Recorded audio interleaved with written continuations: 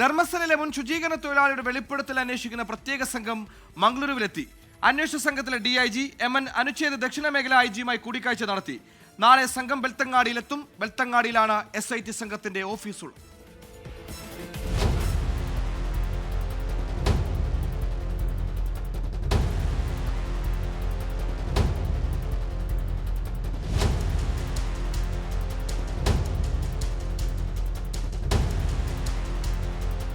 DIG MN അനുച്ഛേദിന്റെ നേതൃത്വത്തിലുള്ള സംഘം വൈകിട്ട് 4 മണിയോടെയാണ് മംഗളൂരുവിലെ ദക്ഷിണമേഖല IG ഓഫീസിലെത്തിയത്.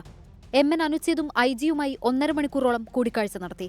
ഉദ്യോഗസ്ഥരെല്ലാം മംഗളൂരു സർക്കാർ ഗസ്റ്റ് ഹൌസിൽ തങ്ങുകയാണ്. നാളെ രാവിലെ ബെൽത്തങ്ങാടിയിലെത്തും.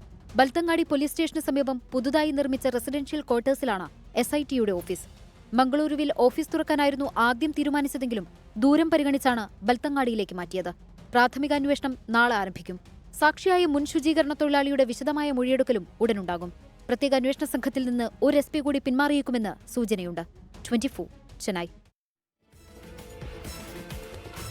ഉദ്യോഗസ്ഥർ കൊഴിഞ്ഞു പോകുമ്പോഴും SIT അന്വേഷണം ഊർജിതമായി തന്നെ നടക്കുമെന്ന് പ്രതീക്ഷിക്കാം. മണ്ണാഴങ്ങളുള്ള അസ്ഥികൾക്ക് ഈ സമൂഹത്തോട് പറയാനുള്ള സത്യം അവർ പറയാൻ ബാക്കി വെച്ച കാര്യം SIT പുറത്തു കൊണ്ടുവരുമെന്നും നമുക്ക് പ്രതീക്ഷിക്കാം.